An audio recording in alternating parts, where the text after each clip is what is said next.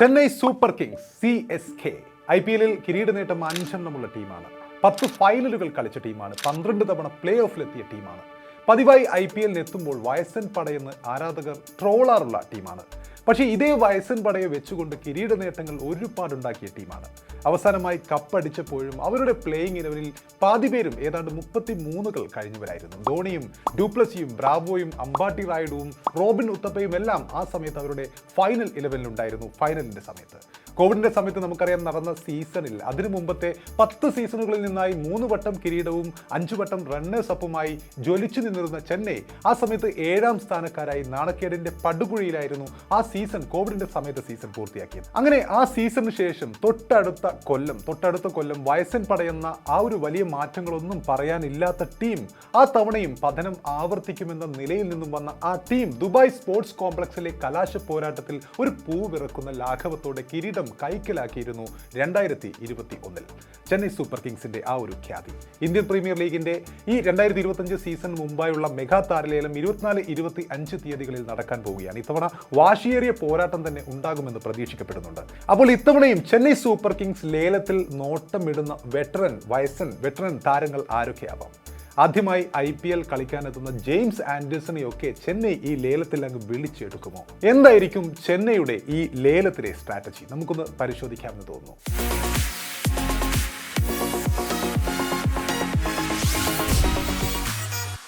ഏറെ ഊഹാപോഹങ്ങൾക്ക് ശേഷം ഇത്തവണയും MS ധോണിയെ, മഹേന്ദ്ര സിംഗ് ധോണിയെ ചെന്നൈ സൂപ്പർ കിങ്സ് നിലനിർത്തിയിട്ടുണ്ട് എന്നതാണ് ആരാധകർ ആഘോഷിച്ച ചെന്നൈ ക്യാമ്പിൽ നിന്നുള്ള വാർത്ത.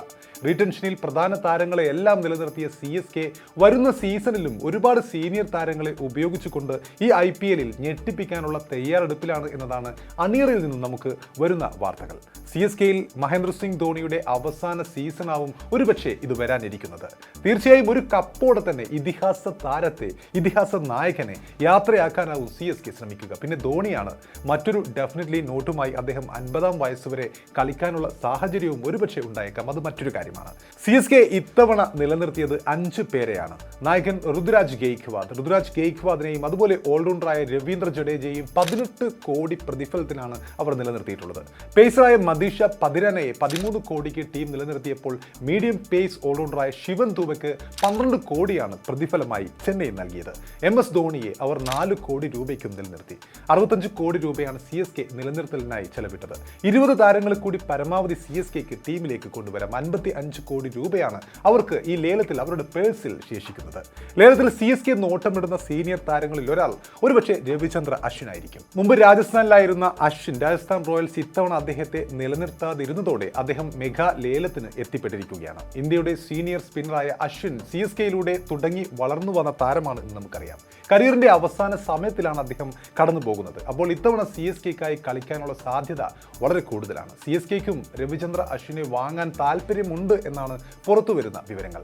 അങ്ങനെയാണെങ്കിൽ വീണ്ടും മഞ്ഞക്കുപ്പായത്തിൽ രവിചന്ദ്ര അശ്വിനെ, ഇന്ത്യയുടെ ഏറ്റവും മികച്ച സ്പിന്നറായ രവിചന്ദ്ര അശ്വിനെ ഒരുപക്ഷെ കാണാനായിരിക്കും. അതുപോലെ ഇംഗ്ലീഷ് ഇതിഹാസ പേസ് ബോളറായ ജെയിംസ് ആൻഡേഴ്സണെയും ചെറിയ പൈസക്ക് കിട്ടുകയാണെങ്കിൽ എടുക്കാനുള്ള സാധ്യതയുണ്ട്. ലോകത്തിലെ ഏറ്റവും മികച്ച പേസ് ബോളർമാരിൽ ഒരാളായിരുന്ന ജെയിംസ് ആൻഡേഴ്സന്റെ എക്സ്പീരിയൻസ് കൃത്യമായി ഉപയോഗിക്കാൻ ചിലപ്പോൾ ചെന്നൈക്ക് അദ്ദേഹത്തെ എടുക്കുകയാണെങ്കിൽ സാധിച്ചേക്കാം. അതിനൊപ്പം തന്നെ ഒരു മെൻഡർ എന്ന നിലയിലും ജെയിംസ് ആൻഡേഴ്സനെ ഉപയോഗിക്കാൻ തീർച്ചയായും ചെന്നൈക്ക് സാധിക്കും. പ്രത്യേകിച്ചും ചെന്നൈയിലെ കഴിഞ്ഞ സീസണിലെ പേസർമാരെല്ലാം അദ്ദേഹത്തോളം അനുഭവ സമ്പന്നരല്ലാത്ത സമയത്ത് യുവ ഇന്ത്യൻ ബോളർമാരായിരിക്കെ അദ്ദേഹത്തിൻ്റെ ആ ഒരു എക്സ്പീരിയൻസ് അവർ ഉപയോഗിക്കുകയാണെങ്കിൽ തീർച്ചയായും അത് CSKയെ സംബന്ധിച്ചിടത്തോളം വലിയൊരു ബോണസ് തന്നെയാണ്. റിവേഴ്സിംഗ് പോലും റിവേഴ്സായി ഒരു ഔട്ട് സിംഗർ കണക്കെ ചെയ്തുകൊണ്ട് ബാറ്റ്സ്മാനെ ചതിക്കുഴിയിൽ വീഴ്ത്തുന്ന ബോളറാണ് ജെയിംസ് ആൻഡേഴ്സൺ എന്നാണ് മുമ്പൊരിക്കൽ സച്ചിൻ രമേശ് ടെണ്ടുൽക്കർ ആൻഡേഴ്സനെ കുറിച്ച് പറഞ്ഞത്. അപ്പോൾ അത്രയും ഖ്യാതിയുണ്ട് അദ്ദേഹത്തിന്. ഓരോ പന്തിനും 25 മീറ്ററിൽ കുറയാത്ത റണ്ണപ്പ് ആൻഡേഴ്സൺ എടുക്കാറുണ്ട്. ശരാശരി എല്ലാ ബോളിനും 135 കിലോമീറ്ററിലേറെ വേഗതയുമുണ്ട്. കരിയറിന്റെ തുടക്കത്തിൽ നമുക്കറിയാം 150 കിലോമീറ്ററൊക്കെ അദ്ദേഹം എറിഞ്ഞിട്ടുണ്ട്. നീണ്ട സ്പെല്ലുകൾ എറിയാൻ ആൻഡേഴ്സനെ കഴിഞ്ഞിട്ടേ ഉള്ളൂ മറ്റുള്ളവരൊക്കെയും എന്ന് അദ്ദേഹം കളിച്ചിരുന്ന കാലത്തെ അനുഭവം വെച്ച് നമുക്ക് പറയാൻ സാധിക്കും. തീർച്ചയായും ആൻഡേഴ്സന്റെ അനുഭവ സമ്പത്ത് CSKക്ക് ഗുണം ചെയ്യുമെന്ന കാര്യത്തിൽ സംശയമേ ഇല്ല. കാരണം ഇന്ത്യൻ പിച്ചുകളിൽ കളിച്ച് വലിയ അനുഭവ സമ്പത്ത് അദ്ദേഹത്തിനുണ്ട് എന്നത് മറ്റൊരു ബോണസാണ്. പിന്നെയുള്ളത് കഴിഞ്ഞ കുറച്ചു കാലമായി IPL-ൽ വേണ്ടത്ര അവസരം ലഭിക്കാത്ത കെയ്ൻ വില്യംസനാണ്. ന്യൂസിലാൻഡ് നായകനും സീനിയർ താരവുമായ കെയ്ൻ വില്യംസിനെ CSK ഒരുപക്ഷെ ടീമിൽ എത്തിക്കുകയാണെങ്കിൽ ടീമിന് ലഭിക്കുന്ന ബാലൻസ് ഏറെ പ്രധാനമാണ്. കഴിഞ്ഞ 2 സീസണുകളിലും വില്യംസന് വേണ്ടത്ര പരിഗണനയോ ചാൻസോ IPL കിട്ടിയിരുന്നില്ല. IPL ടീമിൽ 4 വിദേശ താരങ്ങളെ പറ്റുകയുള്ളൂ. അതിനാൽ പലപ്പോഴും ടീമിന് പുറത്തായിരുന്നു വില്യംസിന്റെ സ്ഥാനം. അപ്പോൾ വില്യംസിനെ എടുക്കുകയാണെങ്കിൽ ടോപ്പ് ഓർഡറിൽ മൊയിൻ അലിക്ക് പകരമൊക്കെ ഉപയോഗിക്കാൻ സാധിക്കും. പോരാത്തതിന് മധ്യനിരയിൽ അമ്പാട്ടി റായിഡുവും ഉത്തപ്പയും ഒക്കെ വിരമിച്ച സ്ഥിതിക്ക് വില്യംസിനെ പ്രതീക്ഷിക്കുകയും ചെയ്യാം. കഴിഞ്ഞ സീസണുകളിൽ RCBയെ നയിച്ച മുൻ ഓപ്പണർ ഫാഫ് ഡൂപ്ലസി ഒരുപക്ഷെ ഇത്തവണ CSK നിരയിൽ എത്തുകയാണെങ്കിലും അത്ഭുതമില്ല. അവസാന സീസണിൽ ഡൂപ്ലസി ആയിരുന്നു റോയൽ ചാലഞ്ചേഴ്സ് ബാംഗ്ലൂരിന്റെ ക്യാപ്റ്റൻ. ഇത്തവണ അവർ നിലനിർത്തിയിട്ടില്ല. അപ്പോൾ അദ്ദേഹം ലേലത്തിന് വരികയാണെങ്കിൽ ഒരുപക്ഷെ CSK എടുക്കാനുള്ള സാധ്യത വളരെ കൂടുതലാണ്. CSKക്ക് ഒരു പ്രധാന ചോയ്സ് കൂടിയായിരിക്കും ഡൂപ്ലസി. അതുപോലെ മറ്റൊരു പ്രധാനപ്പെട്ട ബോളർ, വെറ്ററൻ ബോളറായ ഇഷാന്ത് ശർമ്മ. നമുക്കറിയാം ഇന്ത്യക്ക് വേണ്ടി ഒരുപാട് വിജയങ്ങൾ നേടിക്കൊടുത്ത ബോളറാണ് ഇഷാന്ത് ശർമ്മ. കഴിഞ്ഞ സീസണിൽ അദ്ദേഹം തകർപ്പൻ ഫോമിലായിരുന്നു. ഡൽഹി താരമായ ഇഷാന്തിന്റെ ആ ഒരു എക്സ്പീരിയൻസിൽ CSK വിശ്വസിക്കുകയാണെങ്കിൽ തീർച്ചയായും ഒരു കാലത്തെ മഹേന്ദ്ര സിംഗ് ധോണിയുടെ ആ കാലത്തെ ഇന്ത്യൻ ടീമിലെ വിശ്വസ്തനായിരുന്ന ഇഷാന്ത് ശർമ്മ മഞ്ഞ ജേഴ്സി അണിയാനുള്ള സാധ്യത കൂടുതലാണ്. അതുപോലെ ഋഷഭ് പന്ത്, ശ്രേയസ് അയ്യർ, KL രാഹുൽ, ജോസ് ബട്ടർ തുടങ്ങി പല സീനിയർ താരങ്ങളും ഇത്തവണ മെഗാ താരത്തിലേക്ക് എത്തിപ്പെട്ടിട്ടുണ്ട്.